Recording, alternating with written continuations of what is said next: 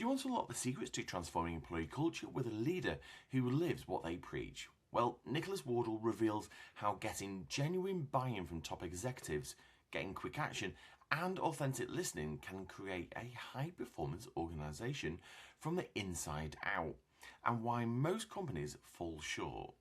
Discover the simple yet powerful strategies that turn talk into tangible results and make your workplace truly thrive. In this episode, I chat with award-winning culture expert Nicholas Wardle, a consultant with 2 decades of experience spanning the UK, Middle East and beyond. And he shares candid insights on what it takes to build a culture rooted in trust, transparency and real action rather than empty promises. Join me for practical tips on empowering teams and listening to what people truly want. This conversation is packed with lots of actionable advice, and you'll discover a new mantra of less talk, more do, and how to translate values into everyday behaviours. Because when organisations focus on doing, not just saying, that unlocks potential that propels everyone forward. So, dive into this conversation if you're ready to build a workplace culture that endures and excels.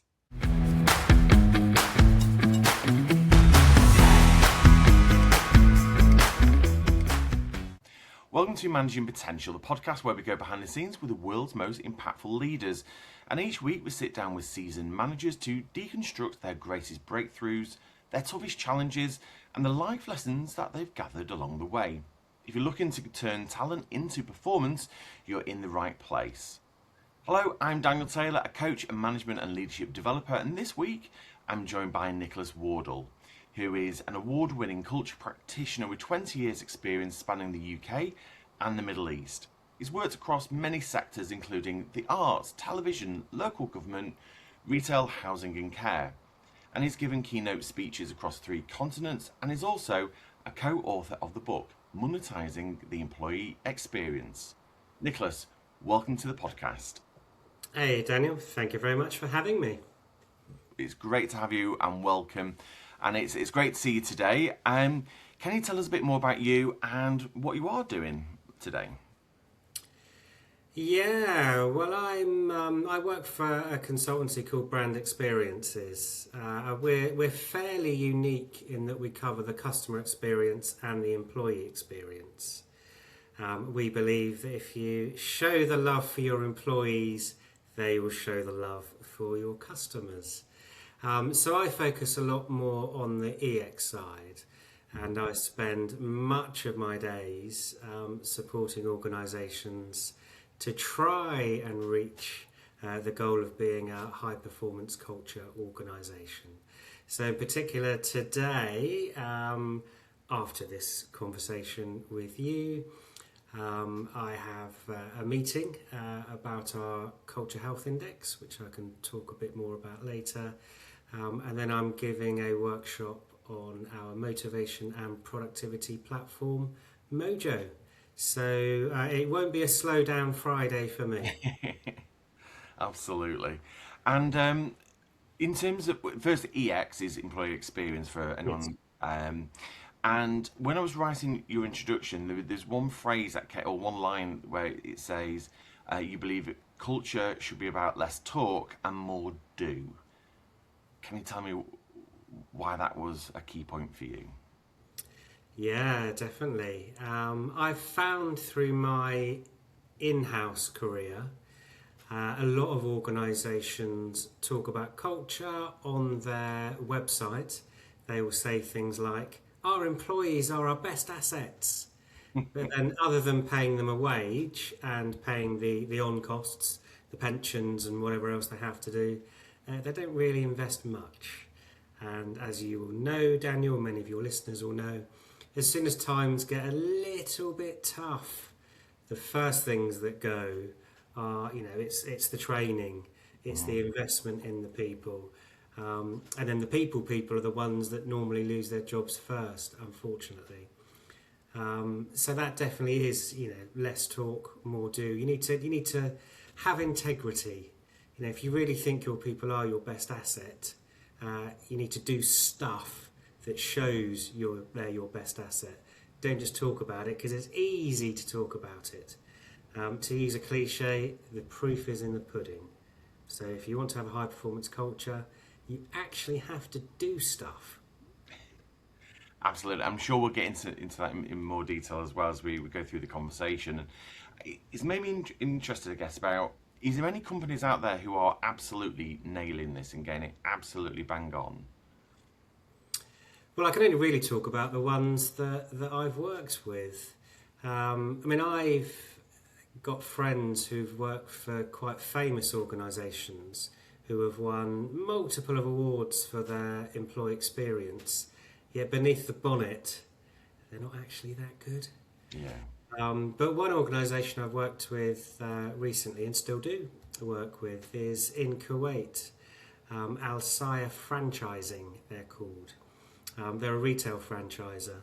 So I've been working with them, and it's been an absolute delight because the Culture Improvement Programme was sponsored by the CEO, Joseph himself. So right from the top. So all these things that, internal comms, employee engagement, employee experience, culture, HR people talk about, you need that buy-in from the senior leadership team. And we had it, not just with him, also from the chair of the board. Mm-hmm. So as part of my onboarding with working with the company, I met with both of them to find out what their visions were. I met with all the leadership team, and they were all on board with it. And then guess what? Once you've got the employee data to show you what the employees are thinking and feeling, it was so much easier to get all of the actions through because you had that buy-in. And they've done so much to improve the culture. I mean, they've rolled out Mojo to every single employee, not just head office employees. They've rolled it out to frontline employees, so they're having one-to-one conversations between store managers and employees, and every single employee is working on action plans for improvement. And across a 1,000-person organisation, if every employee is having just 3 actions per quarter, that's 3,000 improvements per quarter. That's a lot of improvement, and that is continuous improvement in action. A lot of organisations talk about continuous improvement, but how many actually do it over and above just a highlight project here and there? And there's loads of smaller things as well, loads of social things that are going on, loads of well-being things that are going on. So it's been an absolute delight to work with them. But it's come from that senior leadership buy-in, employee voice, get the data, and then move swiftly. We were putting improvements in place within 3 days of the employee voice things being finished. We did, we did the Culture Health Index with them, we did interviews, we did focus groups, whereas traditionally consultancies go away, they write a big report, they come back 2 months later, present it to the board, it gets sanitised, it gets changed, blah, blah, blah. So much time in between, but less talk, more do. Let's get going straight away. So employees know you're actually taking it seriously then. Mm-hmm. And in this case, ASF definitely were. Fantastic. And I guess it demonstrates that if anyone's looking for a new job and you're looking at what's been painted on the website, doing a bit of that deeper digging about actually how is that being lived and breathed through the organisation, how has it been sponsored and supported by the powers that be, can really demonstrate actually, is it just something on a bit of paper on a website, or actually is it affecting change? Is it really being lived and breathed in that organisation? Yeah, very true. So I was talking to another organisation fairly recently, and I was talking about doing similar work with them, and they just put it all on hold. You could say they're ghosting us for now. Yeah, I saw a senior leader at their organisation posting what a great place to work it is, yet they've just laid off tens and tens of people. Yeah. So it's so easy to say, yeah, we're great, we do this, we do that, but if you're laying people off without really giving them a chance to improve the organisation, what does that really say about your culture? Definitely less talk and more doing is the key phrase. 100%. Employee engagement and experience, 100%. So, well, let's sort of change tack slightly and focus on when you were a manager. What sort of manager were you when you're looking back and you were in that particular role? Yeah, I mean, two things I tried to do as well as I possibly could. One was to build relationships. You have to take each employee on their own merits. Some are quite happy to socialise a bit with you, go out for lunch, etc., etc. Some are perhaps a bit more reserved and don't want to do those things quite so much. So you have to take each person on their own merits. But I certainly think building those relationships is important. So it starts off within the workplace. So I think having regular one-to-one time is incredibly important. So I would have what I called power chats with people in my team. Yes, sounds very impressive, doesn't it? But basically, they are just one-to-one conversations. And what it was is the employee was asked to come with all the questions they've got for that week. Let's go through them. Any blockers? How can I help you? Just come with all of your stuff that you need me to help you with. Let's thrash it all out in half an hour. Then it unlocks the doors for the employee then to just get on with things. And of course they can talk to me outside of that half an hour, but having that at the start of the week means all the doors are open for them just to get on with things, which is really important. So I think building those strong relationships, building that trust, as Engage for Success talk about a lot, integrity is one of the enablers of engagement. So following through on the things that you say is very important. And one thing that I developed over time as a manager was to really get people moving through the gears as swiftly as possible. So to give one example, I had someone join after university, and in the interview they were just super smart. You just know sometimes when someone is super smart. So what's the point in having this person just do very basic tasks?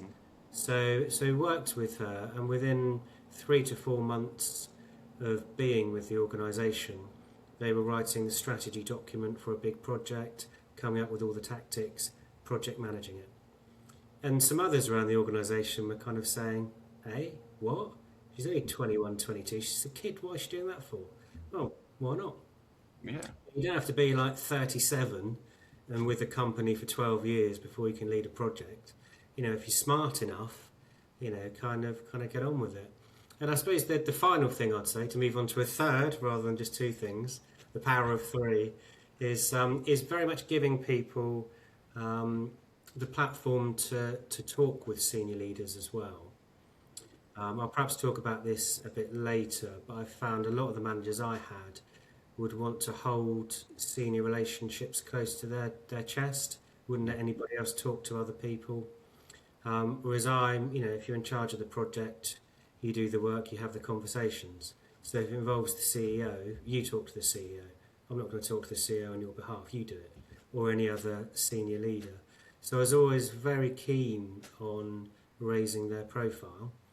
And I'm incredibly proud that I did have a very, very good track record of people who were in my care being promoted.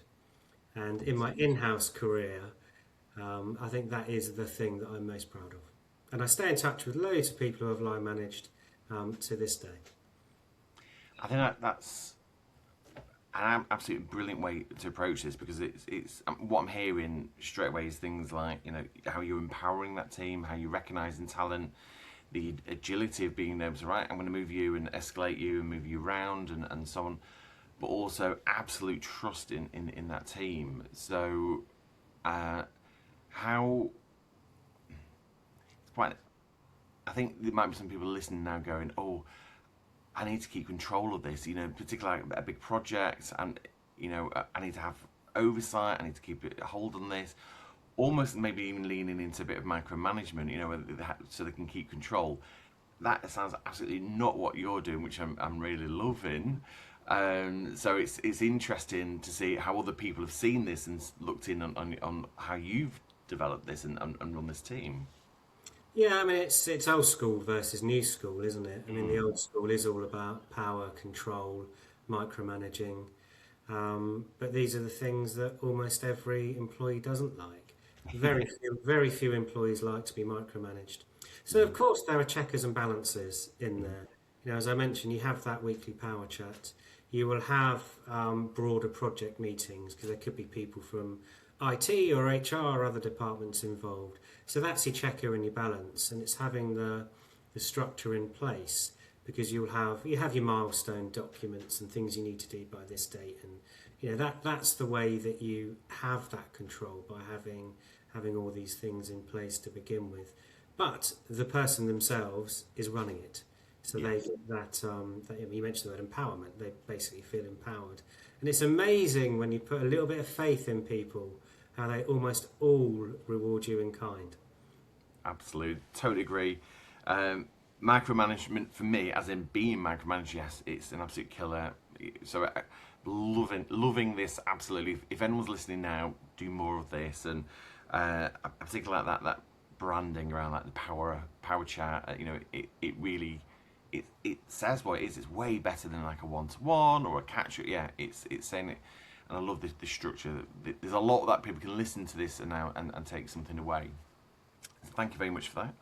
I'm hearing this point already around sort of continuous improvement and development. So, how did you develop, or how do you continue to develop the potential of others around you? You know, that team around you. I think a lot of it comes from what does your customer actually need, be it an internal customer or an external customer. I think continually revisiting that, I think, is important. You know, that we've always done it this way, brigade. I'm not so keen on them, to be honest, because work just gets boring if you're just doing the same things time and time and time again. I mean, I've been on so many, you know, leadership events where you're doing disc again. There's nothing wrong with disc, it's fine. But, you know, you get the trainer turn up almost as if disc is this brand new thing that no one's ever done before. And then the leaders are kind of looking at each other, say, I've done this 3 times already. You know, had they just asked, has anybody done disc? And if they've all done it, we'll do something else then. But I've always done it this way. I'm a disc trainer, therefore this is what I'm going to do. So I think continually visiting what the audience needs is really important, and just having those conversations.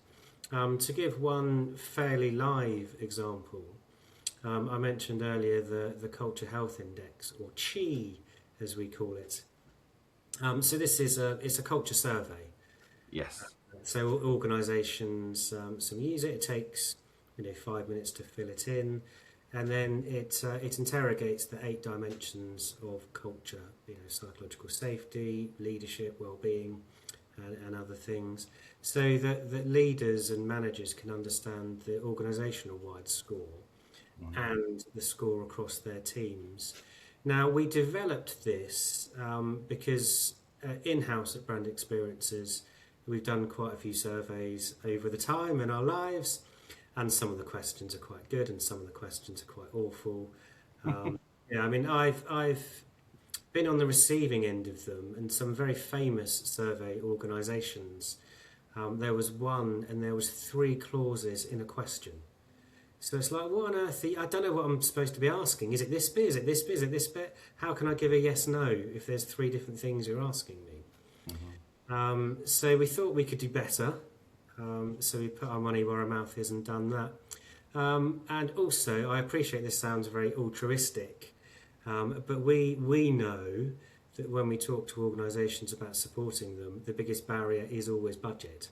Yes. Yeah. It's always tight, and as I said earlier, people budget is almost always the first thing that goes. So we've decided to give Chi away for free. Wow. So people can use it, and then every organisation can at least understand their culture. They can get an idea of what their employees are thinking. I mean, surveys, as you know, and any sane person who's worked in business knows, are not the be end, not be end and the be all. It's just a part of that employee listening. You do need to do, focus groups and interviews as well, and there's water cooler moments, of course. But at least this is something organisations can do for free to get an idea of where they're hot and where they're perhaps not quite so hot. So then if they have to have a little bit of budget towards something, they know where the biggest impact is going to do. So that's looking at our audience and then kind of reacting to what they need. So the internal team, we've had a really enjoyable experience working on that project. We've learnt things about ourselves, we've learnt things about each other. We think we've got a great product. So just interrogating, but what do our customers need? And you can do this in in-house roles as well as consultancy roles as well. I think that's a very important question to almost ask at every monthly team meeting or weekly team meeting. Are we providing what our audience actually needs? I love that as a question. Just that alone, saying, are we doing what our customers need? Are we delivering on that? And then if not, why not? And trying to unpick it to focus on people's development is a great question. Not being left to the annual review, not being left to objective setting or anything else like that. It's that consistent improvement. You mentioned DISC. Anyone not listening, I feel like I work for the BBC now. There's this is a profiling tool. There's things like StrengthsScope, Insights, MBTI, variations on a theme, and I will include details about Chi in the show notes if you want to explore that a bit more. So thank you very much for that.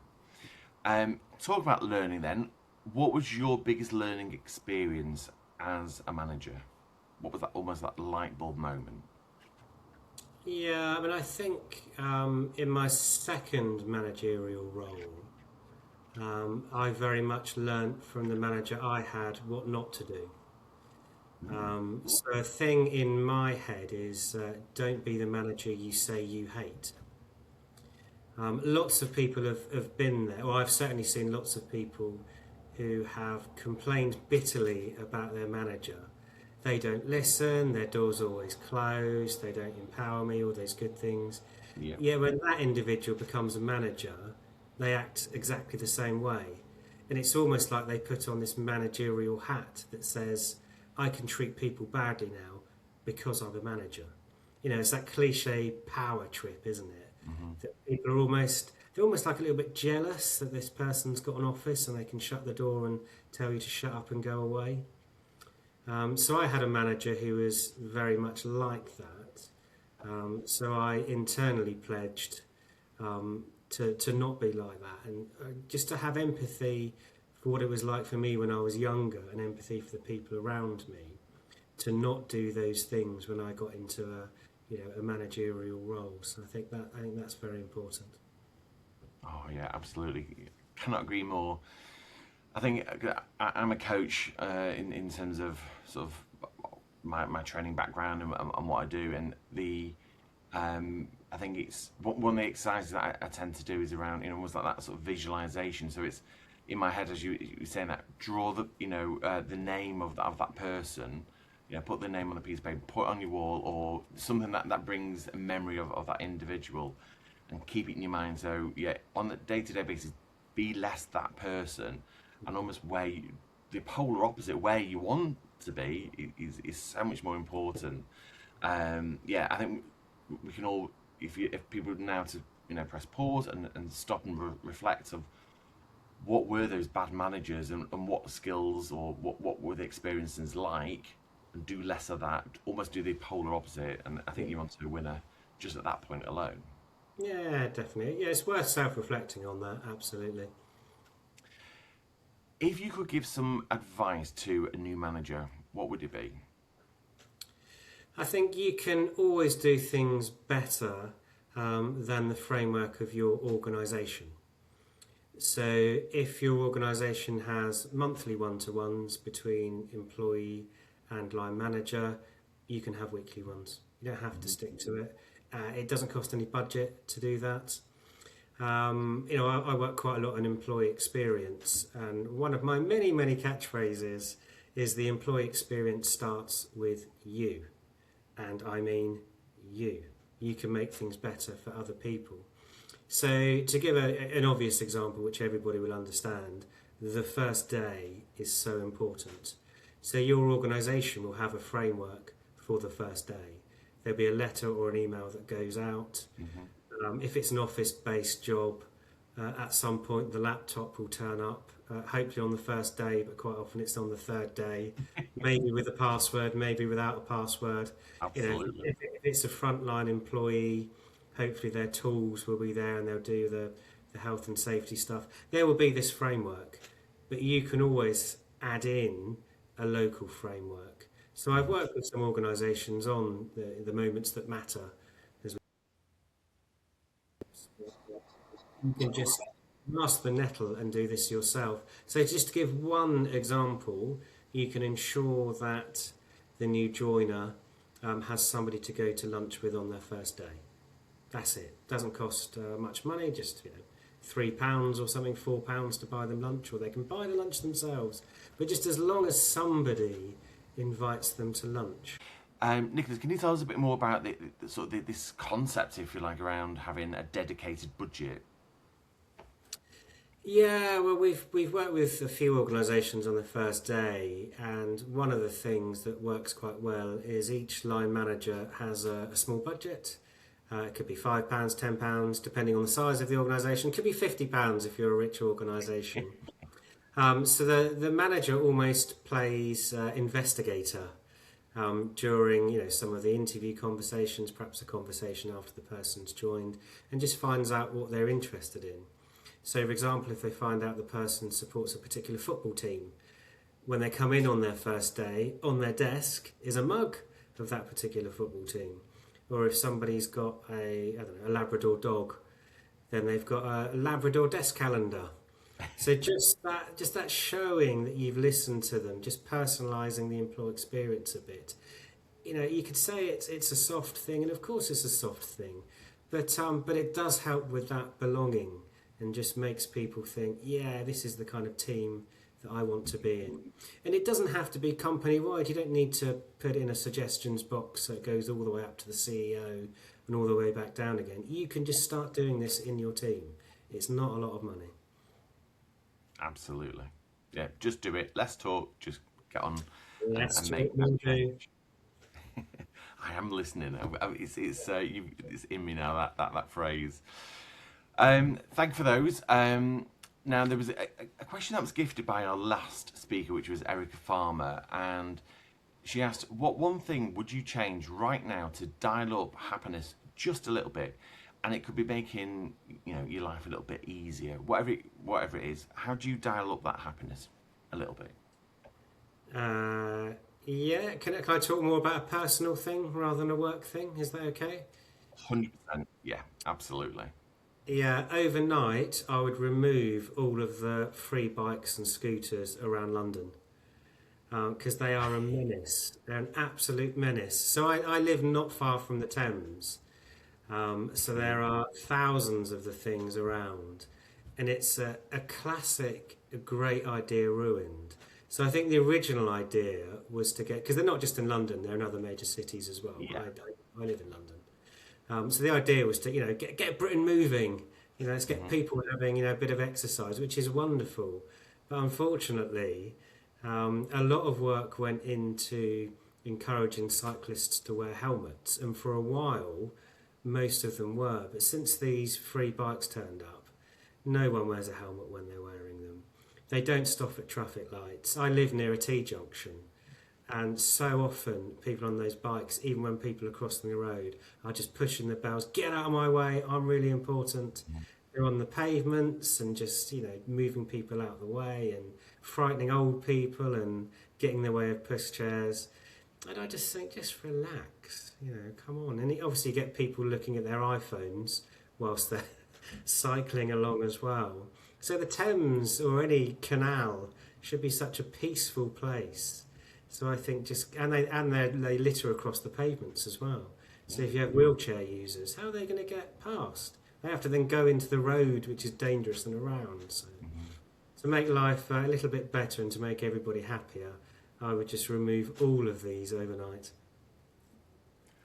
Understood. I'll see what I can do to get that put into place for you.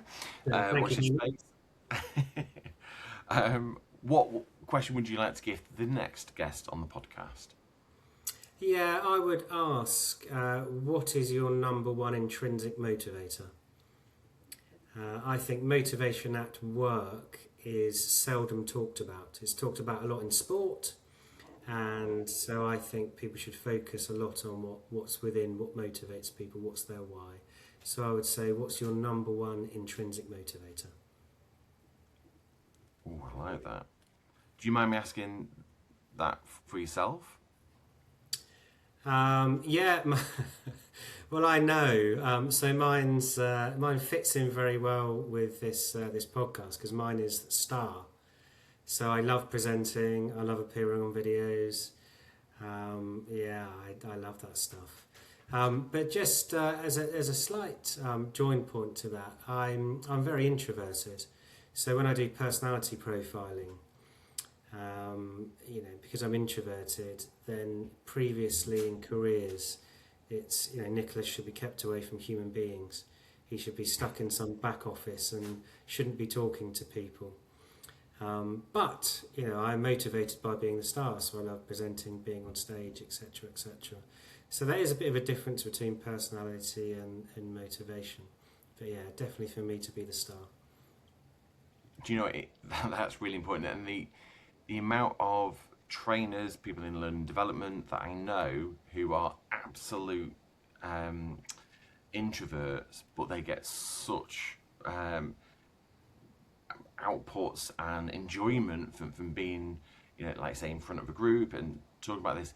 It just like it takes probably more time just to have that downtime to recharge batteries or just work it through, but they absolutely love what they do. And I think if I was going with that question, I think for me, and I know I've said this on a previous podcast, but I get so much out of helping people the best that they can be, not where an organisation wants them to be or push them to be. It's about where do you want to be and get the best out of someone and work with them on that. And I love it when you get the almost like sometimes a light bulb appearing on someone's head. You go, yeah, I've done it. There's such a payoff there when you've helped someone and guided someone, or given them the space, or you've empowered them, or just opened up, the rise to potential. It's great. That's what I absolutely love, and that's what I get up every morning to do. So I think that's a really good question to delve deep. And again, that's something that people listening now can go, that's my next question on my next one-to-one to really get to grips with where someone is. Okay, next up is the quick 5 questions. So we'll rattle through these and it'd be great to just get your sort of instant reflection. So the first one is, do you have a book that you would recommend? Yeah, 100%. Fusion by Denise Lee Yon. It talks about building organisations from the inside out, and it talks about how EX correlates with CX, so employee experience to customer experience. So I've read it about 3 or 4 times. It's amazing. Wonderful. I'll make sure these links are in the show notes as well. Can you suggest someone to follow on LinkedIn? The person I'm engaging most with at the moment is called Marushka Bustani, who is based in Kuwait, works across the Middle East and also in America. Marushka is like a master trainer. She's got so many qualifications, but she still learns, even though she's got, probably billions of them by now. She's forever doing new courses to top up her learning, see things through different perspectives. And also, she's very generous in sharing her learnings with people as well. So I'm definitely enjoying following her. I will absolutely be following her myself as well. What's your favourite quote other than "Less talk, more do"? Oh, that's the one that I would have, of course. My other one would be when building experiences, build them from the people for the people. So that your experiences come from your employees themselves. So I'm a consultant. I reckon I'm pretty good at what I do, but I don't know your organisation. I don't know it as well as your employees do. So listen to your employees, get the people data. They know and understand the work the best. They can show you the way forward. So building culture, building employee experience from the people for the people.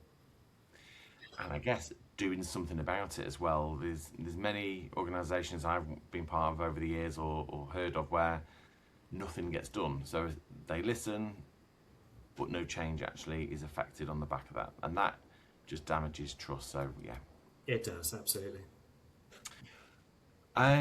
What's your best interview question?